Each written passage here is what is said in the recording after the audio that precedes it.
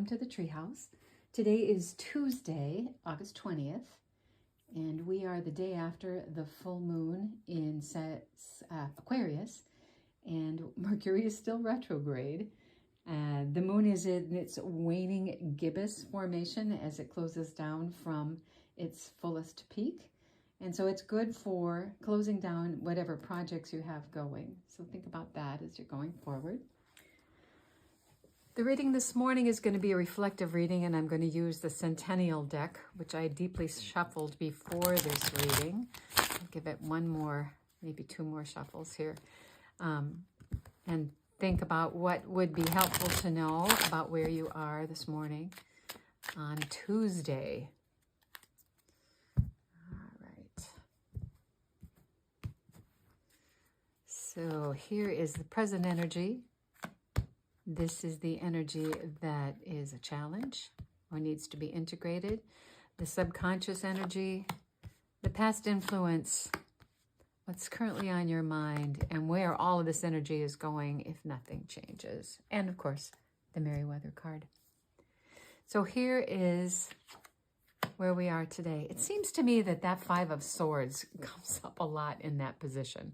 The Five of Swords is a card of can be conflict, it can be argument, it can be the results of some kind of literally crossing swords with somebody. And this fellow is picking up the pieces after whatever that is that has occurred. Fives are the cards of change. So something happened, and he is picking up the pieces and putting the handles into his hands. He's not like in the Seven of Swords, carrying him by their points, but he's picking up what's left over.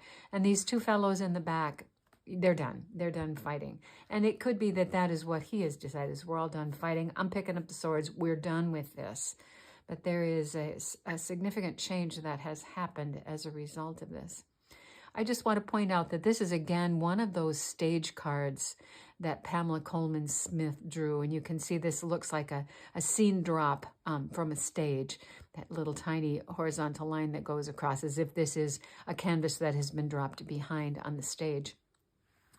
So when it's a stage card, I wonder which role you are feeling at this point. He is the one who's picking up the swords. This guy is just walking away where I'm so done here. And this little one way in the back looks like he's just pretty brokenhearted over the whole thing. So when it's a stage card, you could be any of those roles depending on where you are.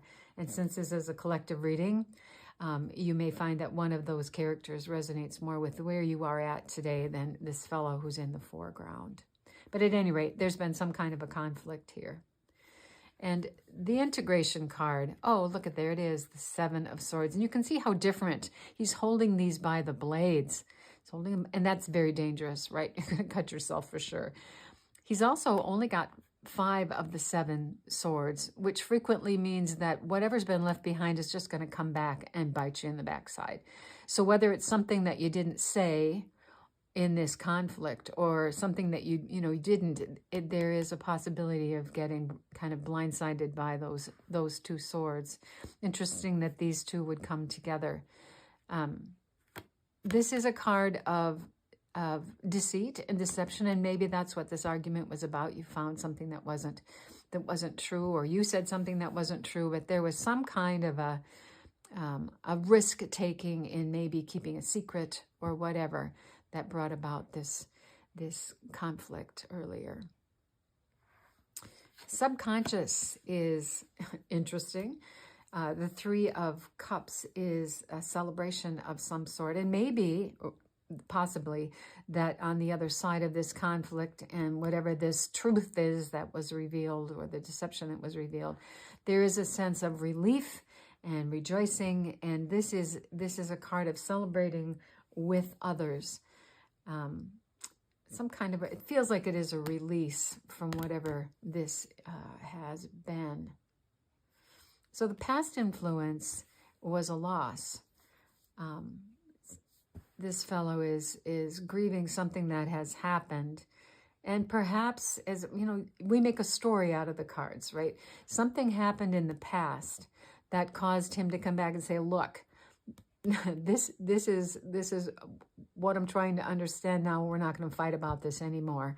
And I want to move on to a place of joy. And I can think of circumstances in my own life when this has been true. That something happened, there was some kind of a conflict where a truth came up, and at the release of it all being over, it was a time for joy and happiness in spite of all of this sadness. So what's currently on your mind is the energy of the King of Wands. The King of Wands is the guy who gets things done. He's got the will, he's got the drive, he's got the determination, and as you can see, he's kind of twitchy on that throne, and he's ready to go. So as a result of all of this stuff, there's some project that you are ready to launch.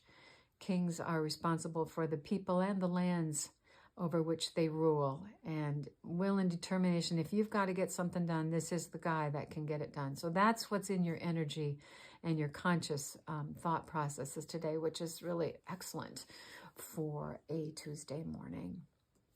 So if nothing changes here, the energy in the future is the major arcana card of Judgment. And Judgment is a wake-up card. It is Gabriel blowing his horn to say, come back from the dead. You learned something. What did you learn? And what can you put into play today? And if we read horizontally across this cards, you learned something pretty significant in whatever this exchange was. And it has the capacity to change something major about the way that you want to live your life, about the way that you want to think about things. But there is a release here from whatever this energy was, the joy and expansion and the relief from below, the energy to move forward up here, and the integration of whatever knowledge you gleaned from this circumstance. So we have 2 cups, 2 swords, and a wand. We have no pentacles here. So this was probably related to a relationship, whether at work or in your family or out in the world, but it's not related to the stuff. This is related to logic, to words, to emotions, and to will and determination. So Meriwether says, as a result of all of this stuff, you are being told to use your imagination going forward. The Page and the King share some real similar energies. The Page is the youngest member of the court, and the King obviously is the top guy in the court. So he has the same will, determination, and drive, but he doesn't have the discipline of the King. This is the imagination part that says, oh, hey, this is where we want to go forward now. What can we imagine? What can we do with all of this energy that we've just learned as a result of this? This is what can we do with it, and this is how we're going to get it all done. So overall, really interesting reading this morning here, Tuesday, at the Treehouse. If you found this reading to be helpful, I hope you will like, share, and subscribe to the channel. And I invite you to come back again tomorrow morning to the Treehouse here, where we will look at another view from above. Blessings.